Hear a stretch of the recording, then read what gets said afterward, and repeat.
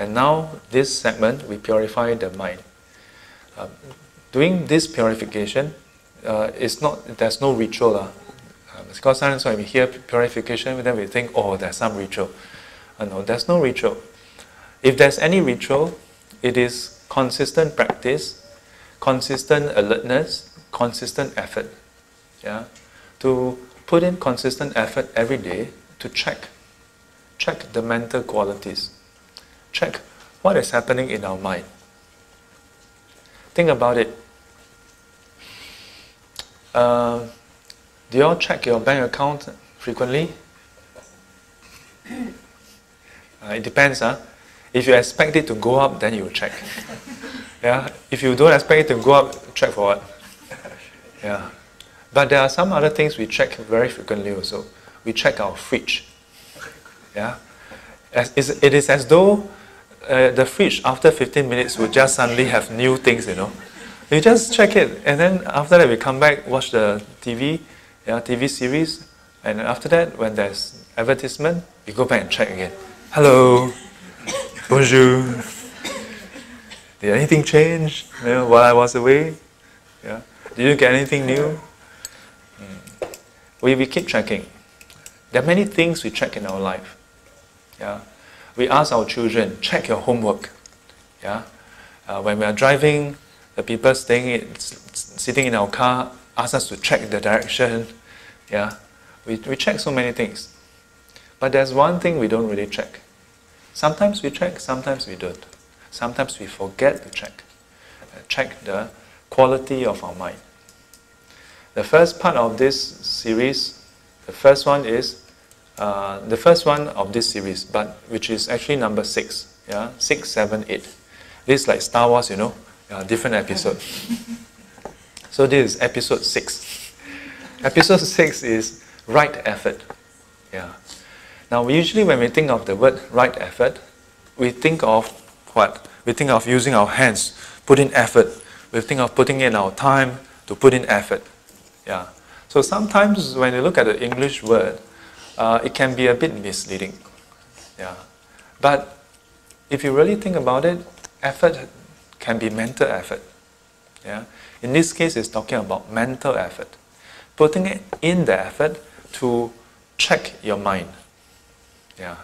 Check the mind for what? Check the mind for wholesome and unwholesome states. But not just that. It is not simply checking the mind for wholesome and unwholesome states. To begin with, what is wholesome, unwholesome states? That we covered 2 or 3 weeks ago under the first factor of right view. Under right view, we covered what is wholesome, what is unwholesome, as the Buddha has observed, as the Buddha has taught. Using that as a basis, then we check our mind. Why is that important? So this is very interesting because it is not that we don't check our mind. Yeah? It is because sometimes our standard of what is wholesome and unwholesome may not be relevant to reality. Since young, I've heard people say this. I've heard many usually uncle, auntie usually don't say this. Uncle will usually say, "Aiya." Usually the uncle will say this to the wife. The uncle will say, because the wife always go temple, then the uncle will say, "Aiya, 拜嗬，差不多就好。善嗬，淡薄就好，咪較過善，咪避善。人做人嗬，心肝好就好。" Yeah, have you all heard people say that? Yeah. But if you think about it, well, since most people think in this way, then there shouldn't be anybody doing stupid things, right? Then there shouldn't be family violence, isn't it?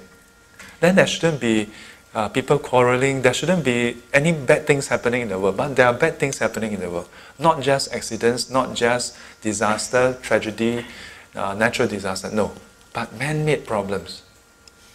So, how can it be? If everybody sim guan ho de ho, then there shouldn't be all this problem. But unfortunately, everybody's idea of what is sim guan ho is different. So that's the thing, you know. Most people have a sense of what is good and bad, what is right and wrong. But the trouble is sometimes our sense of what is right and wrong may be subjective. May be subjective. Give you an example. Some people feel that if you are feeling a bit weak, again, some uncle said, today is the uncle bashing day. But don't worry, today no uncle, all of you are young men. So I've heard before some uncle, I think maybe sometimes men exaggerate. Then they say, wow, they tell each other, all the uncle tell each other about the stories they go through, you know. They say, wow, they go Thailand, they go Taiwan for the army training, then they eat the snake, what, you know. Yeah. But among them, do they feel that that's something wrong? They don't necessarily feel that that's something wrong. But they also feel that sim guan ho de ho. Yeah. So the notion of having a good heart may vary from people to people. So let me help you ask a question. You may then ask, so since everybody's definition of what is good heart and what is bad heart varies, why should the Buddha's definition be any better or different? Have you ever thought about this? Yeah? After all, we seem to be just using what he shared as a benchmark, isn't it? So, to start off with, we need to sort of examine, which we examined already, yeah, way back in the episode, the first episode, on right view. Yeah, we consider, okay, what did the Buddha say about what is wholesome and what is unwholesome? He said, he observed and he taught that, okay, killing is unwholesome, yeah, stealing is unwholesome, engaging in sexual misconduct is unwholesome, and so on. Yeah. So the question is, if you ask yourself, well, what is the basis for that? In various sutta, the Buddha explained. He said he has a very simple question. He says,